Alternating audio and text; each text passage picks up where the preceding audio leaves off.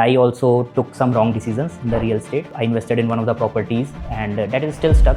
India's Supreme Court has strongly criticized the exploitation of home buyers in the National Capital Region. 1.46 lakh units still under construction, and that's left all the home buyers stranded. How I have acquired 5 properties in last 2 years. I literally utilized my 8th class maths into the real life, and I started using the logic of the leverage. If the property is rising even 10 or 11%, I can generate up to 15, 16, 17, 18% very comfortably. Top 3 things that someone should look out for when investing in a real estate property. So my only simple selection criteria is just take a property where the most corporate offices are. In real estate, it is very clear. Go with the ghodas. Go try to find the Zakhmi Ghode. Camellias got sold out in 2014 at 16 CR. We still think that Gurgaon and Mumbai and these are the top cities. We are too behind. What's your view on buy versus rent? You currently live on rent.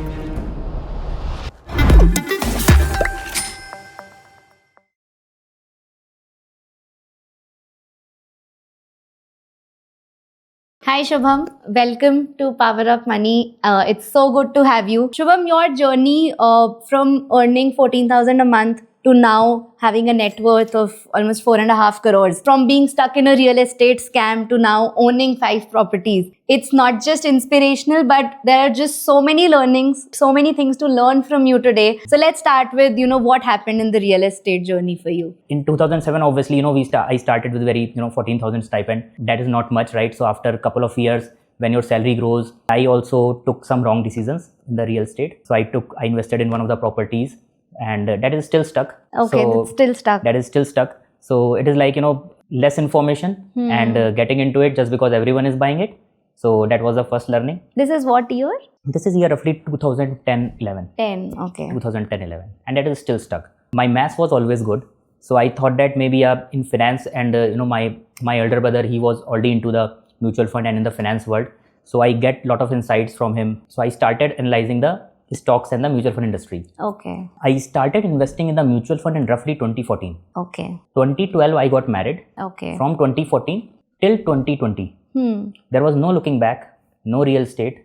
Okay. And completely into the mutual fund. Only thing in parallel which I was doing good during that time is I have read a lot regarding the mutual funds, equity market. I remember whenever I used to go to office, the first thing which I used to open is Economic Times and the Money Control.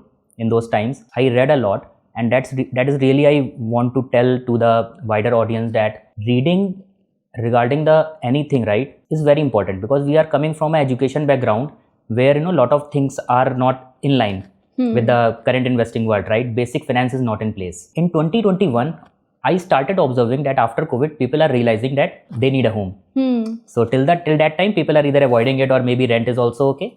And everything is fine. So I started observing it. So second part is observation. I generally observe very keenly in practical world, like what is happening when I go out to the home. For example, recently when I'm here for the for the podcast, so I'm continuously observing what is happening. Okay. Right. So observation is very practical. I'm living in a society, right? I'm living in a condominium in Gurgaon, and I go to office, come back. Saturday, Sunday is there. I go out and see. So always there is, within society, there would be one real estate shop and you can see the number of people going there, or actually my entire family is in Gurgaon. We are already having a lot of conversation during the weekends, and it was a clear indication that in my society, everyone is now trying to get a flat rather than staying on the rent.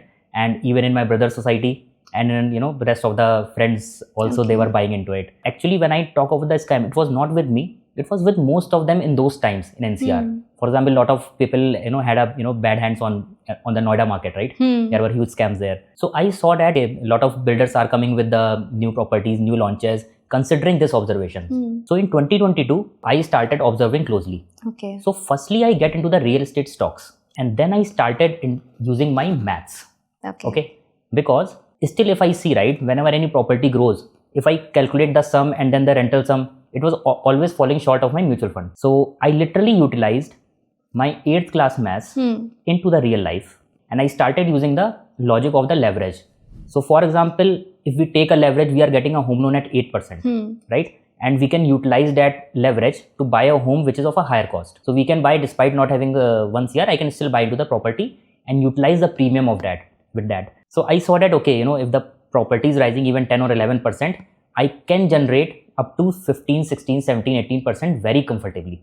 Okay. So that was the time I went into it. So I was no doubt little late. I was little late because the market started in 2022 and I entered into the real estate big time in 2023. Okay. Right. Now at that point of time, I realized that FOMO is not always bad. I bought 2 properties in 2023 mid, right? And that was, I will explain after via my calculation that I used two kind of leverages there. Okay. Right? So one is the home loan leverage and other leverage is like, whenever you buy a property in the start, right? It's a new launch. So property takes roughly 4 to 6 years depending on the, city to city. So you have the option of not paying the full amount in the start. Right. Which means that you will get a property maybe in a construction link plan, or you may get a property in maybe 30, 40, 30 kind of a thing, or sometimes you can get a property into 20, 80 thing. So I did all the maths, right? And I found that, okay, I have to choose a plan where starting in money is not much. Correct. So I choose the plan kind of a 20-80 kind of a plan. So 20 like the 20% during the start of the project, and 80% kind of closer to possession. Okay. Right. Starting 20%. Okay. In that 20% also you can take 10% loan. Okay. You can take 10% loan and remaining will remain leverage, but that leverage mostly will be used after 4 to 5 years. And I went into it so that I do not have to break much of my mutual fund portfolio. I break only so that I'm not into that tax thing. So just for my understanding, in the 2080 plan also, and like for example, when we buy home, then also we have to do 20% down payment and 80% usually you take loan. But Yes, in this 80, the loan doesn't start because you have to pay towards the end. And that's exactly the situation currently. That's the key leverage, right? For that long period, you don't have to pay any EMI. Right. So it's a double leverage. So one leverage is of a home loan and the second leverage is of the payment plan. Correct. Right. So we have to exploit both of them. And by the time my leverage will start, the game starts there. Right. Since I have bought in the start, by the time it will be a possession, there will be some 7, 8, 9, 10% increase in the property rate by the time it will have possession, and that will also compound. So it will be roughly at maybe 40 to 50% up at that point of time, or you can consider 30% as well, which is fine. Right. Now at that point of time, as we know that rental income is always, as I think it's all over the internet, right? It is roughly 2.5% to 3%. In some places, like I think like in Bangalore, I think it is close to 3.5%, and in Pune it is 4%. In Gurugram, it is roughly 2.5 to 3%. Now that rental is always of the market value of the property, which has been completely missed by a lot of influencers, that we are saying that property value is only 2% or 3% or 4% of the property value, total value. But in actual, when the market value increases of the property, rental will also increase. So by the time my possession will happen and my bigger EMI will come up, at least 50 to 60% will be catered by the rent coming from that property. And that rent will increase. But this property is under construction, right? Correct, so the rent will also start once you get the possession. Exactly. So rent will start when the possession will start. Correct. Right? And that is when the EMI will also and then when the EMI will start, right? So by the time, suppose this property would have been under construction. Correct. Suppose a 2 CR property is on under construction. Yeah. So if a 2 CR property today had it been ready to move, so it would have generated a 50,000 rental, let's say, for example. Yeah. Now by the time it will reach near possession, the market rate of that area, obviously that will grow 30 to 50%. Now if we grow like, let's say 50%, right? The property value, let's say, becomes 3 CR, just for the easiness sake. Now the rent will not stay at 50%, 50,000, right? By the time I will get the possession, and by the time my EMI will start, right, the rent would be roughly 75,000 or 80,000, right? Yes. Now I have bought a property at a rate 5 years back, right? My EMI is based on what I decided earlier.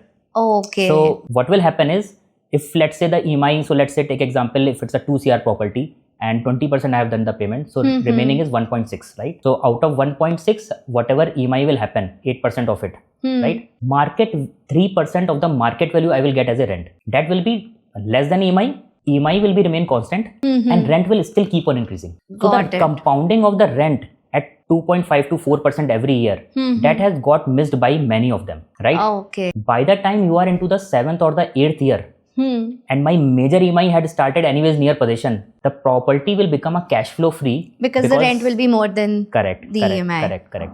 And now my liability is over. I am in a position to utilize my fresh leverage to get into another property. Now the third thing is, which is missed, that during this time, salary also will increase. Correct? So on an average, salary also will increase by 10 to 12%, right? Maybe 7-8% in normal times, or 9-10%. I'm just taking very considerable amount. Now that 10 to 12%, if you see compound, right, the salary also will get double generally in 6 to 8 years. So when your salary gets doubled, now you have a double leverage. In actual, when you have bought 7-8 years back, now you can get into a new property because your liability is not there. Right. So you have surplus amount to invest. invest. The surplus amount. Correct. So that is one of the things which I have used, how I have acquired 5 properties in last 2 years. But before that, I think one important question that comes to my mind is, a big assumption here is, the choice of property. And because you already had gone through that experience where, you got stuck in a property that didn't give you any returns. I think that becomes the fundamental question. Ki, am I investing in the right property? Correct. Basis your experience, right? What are the mistakes that people do, and what are, say, the top 3 things that someone should look out for when investing in a real estate property? So I have created an anecdote for that.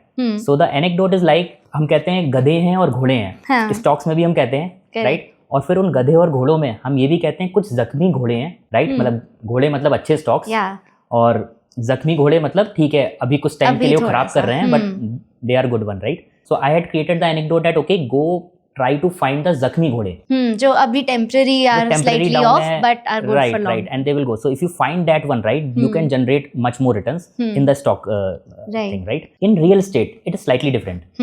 So घोड़े हैं, जख्मी घोड़े भी हैं, गधे भी हैं, जख्मी गधे भी हैं, ठीक है?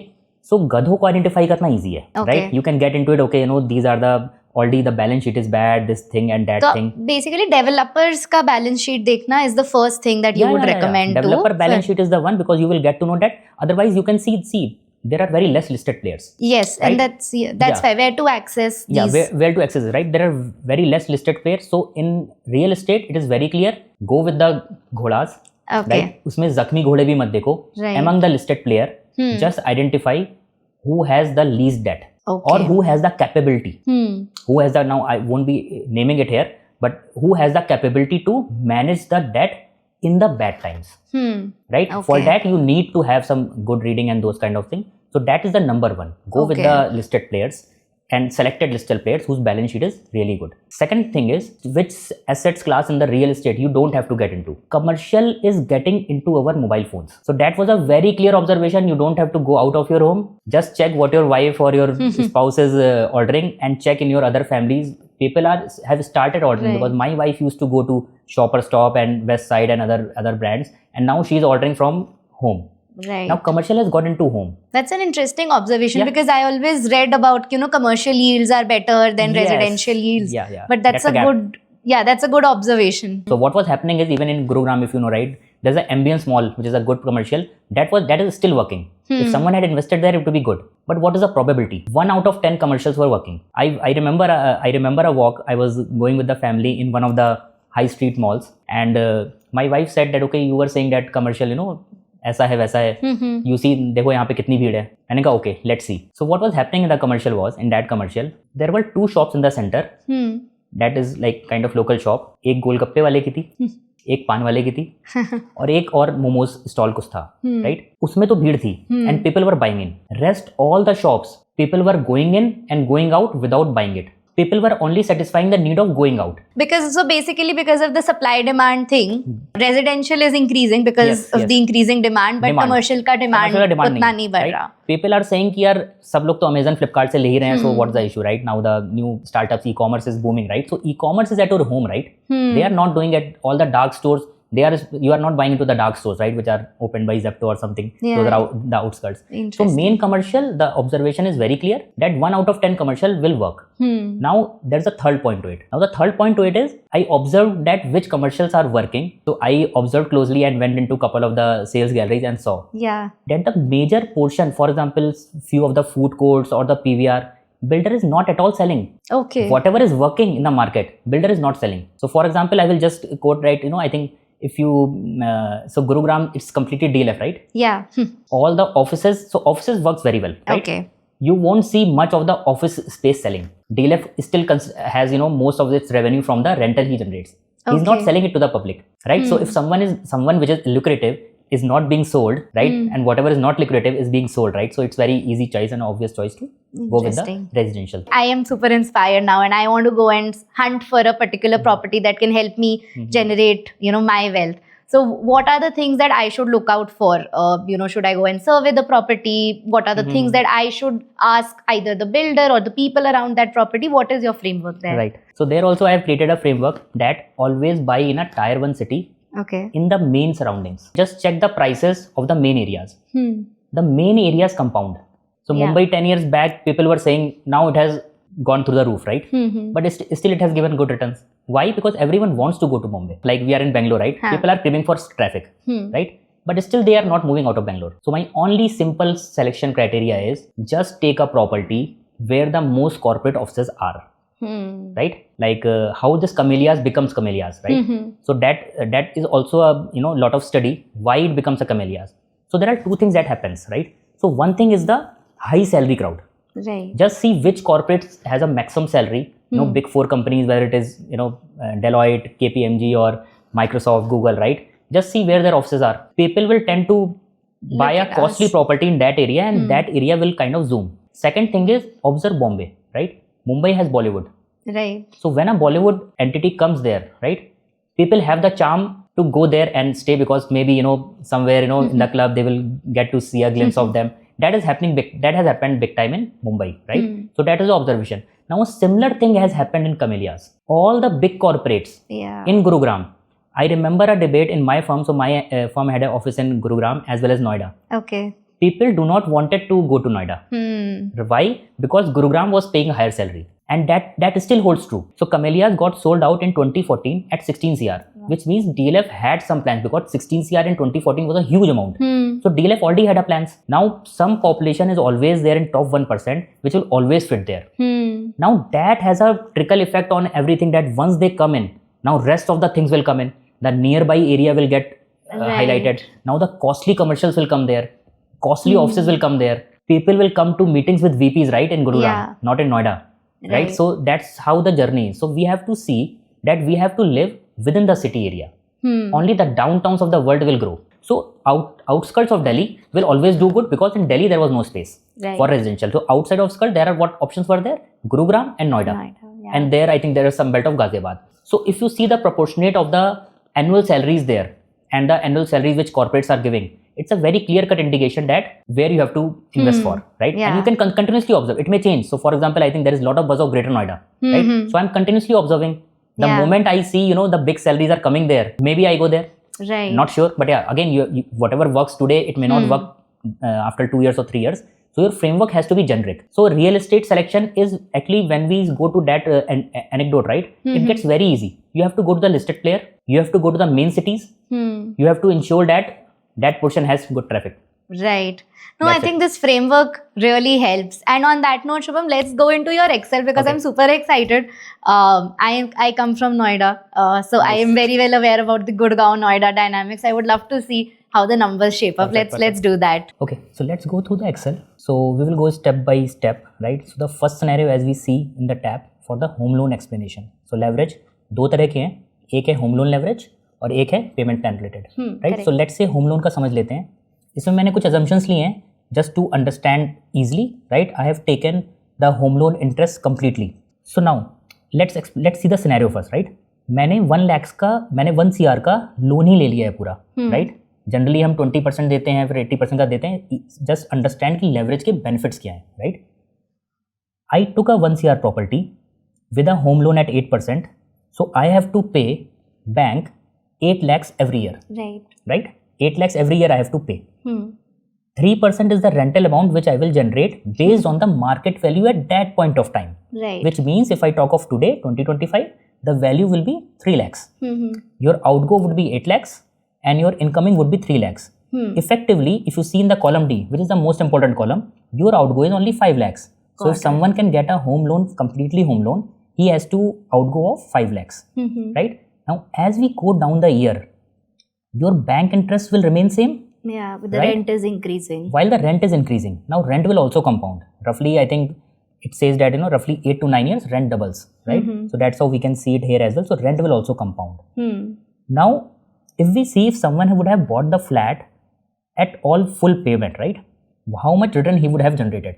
Firstly, there is misinterpretation that we are taking only appreciation into account. We also have to take always it is capital appreciation plus rental appreciation, and then we have to compound. Because your rent is also increasing, obviously if you get the rent, either you will use it or you will invest it further, right? So it will be 12% in case someone has bought the property full paid, all paid. Someone has money already in hand and he will get the 12% return. That would be the scenario.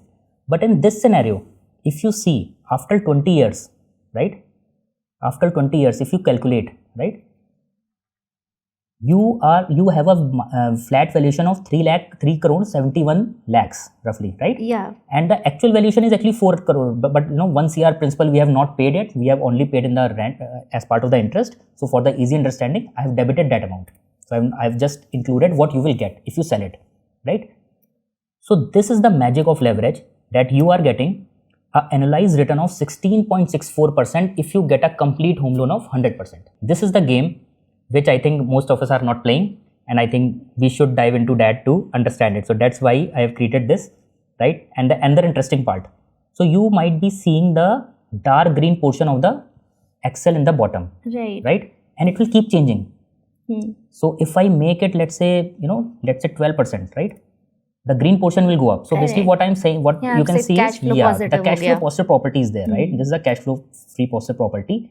And once you are there, right, what will happen is you are free from that property.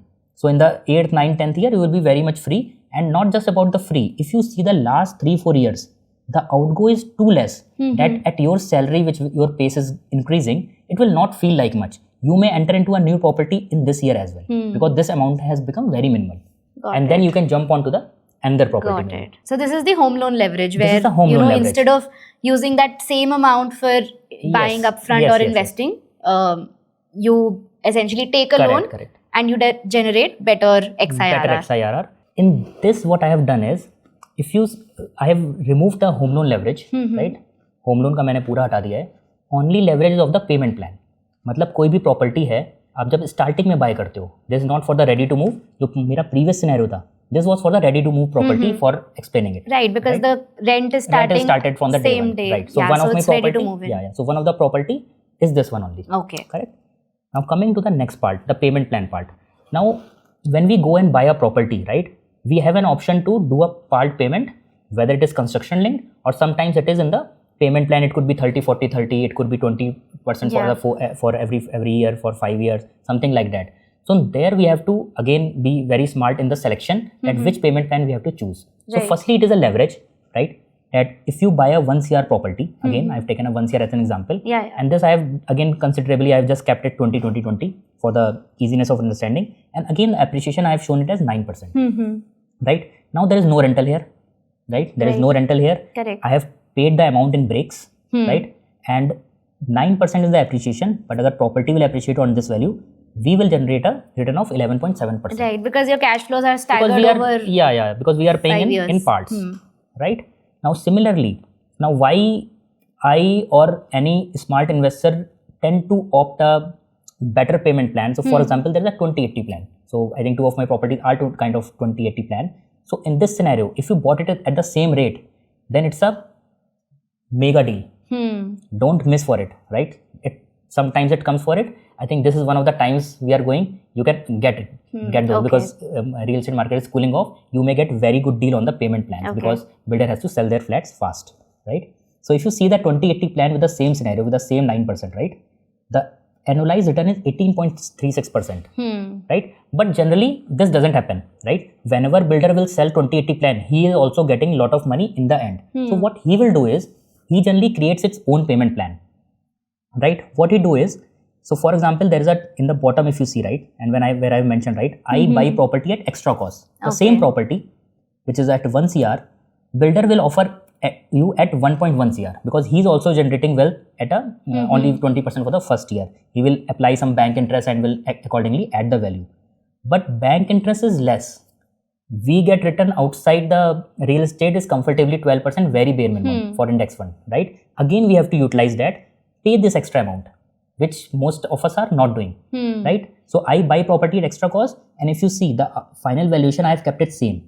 Right? So if you see the final valuation is same, right? Here it is same, here it is same. And here also I have appreciated the property on the value which is present in this column, right? Which means which means it will take 2-3 years to come to this value, actual market value. So Yeah. I have paid a price above market value to generate more return. Now, if you see, compare first and the second, you are going to buy a property. Two options you are getting. One builder is saying, okay, you are getting it in 1 CR, and other one you are saying you are in 1.1 CR. So people will try some maths and they may end up buying here because they will feel that, okay, Yeah. maybe this is good, but this one is much better. Because you should look at the XIRR. You should that look at it's the calculation. Yeah. So that calculation Got you have it. to go. So Shubham, this was super helpful and super insightful. I don't think I've gone into this detail ever. So thanks for sharing all of these insights. And I think as someone who is so deep into real estate, what's your view on buy versus rent? You currently live on rent, right? Yes, and yes. you are generating good cash flows through investing in real estates. What's your view? Buy, for sure you have to buy, because when you have leverage, right, utilize it to buy. Whether you stay there in that property or not, that's completely your choice. It's one and the same thing. Okay, if you stay there, you will save the rent. If you not stay there, you will live or rent. So you will generate the rent.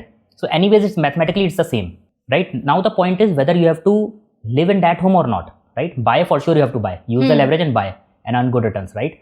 Rent, obviously, see, I am personally living on rent because I have not yet found a property that will fit my aspirational needs, right? Because today what I think, right? Obviously 5 years down the line, I may think something else, because what happens is generally people see their salary at their respective times and say that, okay, this home is good. But everyone in Gurgaon or in the major cities have increased their salaries, and aspirational index comes into picture here. Like, you want to live in a better home. Now, when you want to live in a better home, for example, my daughter is there, right? Now she is good in swimming. Now, next I am thinking of, that maybe, I may opt for a society where you have a temperature control pool. Now, if I have bought already and I've already done the interior decoration of my type, Right. it will not make sense to move out comfortably, right? And you will miss on the things.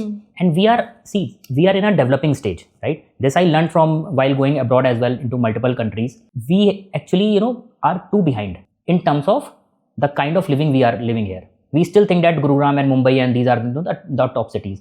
But the quality of living and the quality of stuff there, lot of difference, right? So for sure, every 5 years, you will keep on getting a new and better homes. So too much rigid on having a home, unless you are sure, okay, you don't have an aspiration index. Okay, go for a home.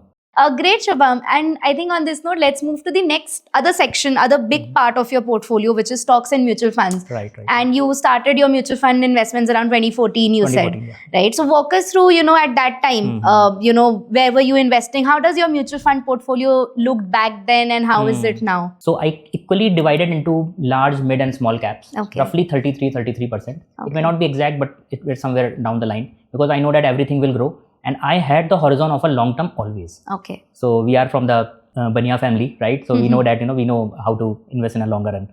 So I know the discipline. So whenever I had some decent amount, right? Let's say in those time, maybe 25,000-30,000, I went into a mutual fund, right? Okay. And now, and it has progressed over the time. And now it happens that maybe by 2018 or 2019, okay, if I have somewhere lump sum about 50,000, then I will get into it.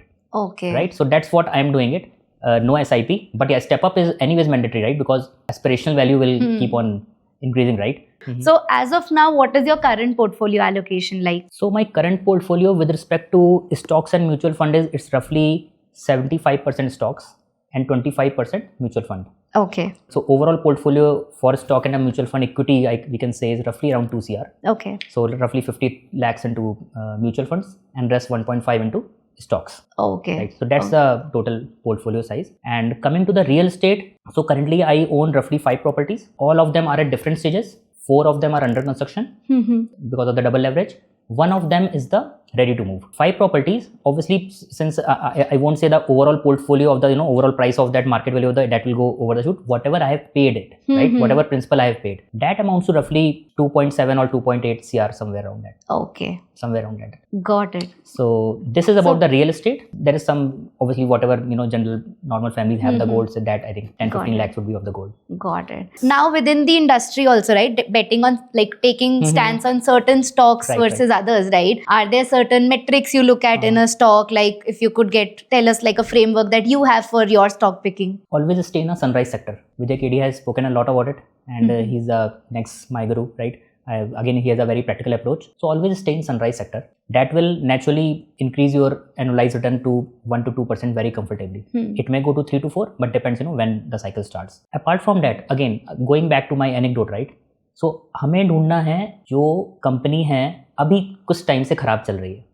काले घोड़े types. हाँ, जख्मी घोड़े type. जख्मी, sorry, जख्मी घोड़े type. जख्मी घोड़े, हमें जख्मी घोड़े ढूंढने हैं, राइट, इन द स्टॉक्स. सो अब वो क्या हो सकते हैं? For example, so again going back to I think 2020 or 2021 period, I think there was one stock, Tata Motors. I simply saw that Tata Motors was too much undervalued because the nano did not work. Tata is Tata, their management is top notch, right? So it has to bounce back, but when it will bounce back, the point is that otherwise you will hold on to it for a flat period, right? Again, what I saw simply was, and that is one of the key returns in my stock portfolio as well during those times, I simply saw, so there were 5 new cars in last 2-3 months. You can clearly get to know in the parking, right? It will have a red ribbon and all those, right? Yeah. Out of those 5 cars, 3 were of Tata. Then I analyzed the stock. I saw the promoter holdings, decent promoter holding is there, and I went into it. Now, the important point is, now technicals were all bad, right? So I pick a stock, when we say Zakhmi Ghode, uske technicals to kharab hi honge. Right. I go with the fundamentals. I stay with the sunrise sector pretty much. And then I hold on to a thing for a longer horizon. I see the story for a 20 years down the line, right? Okay. And I have the patience to hold it in the red period.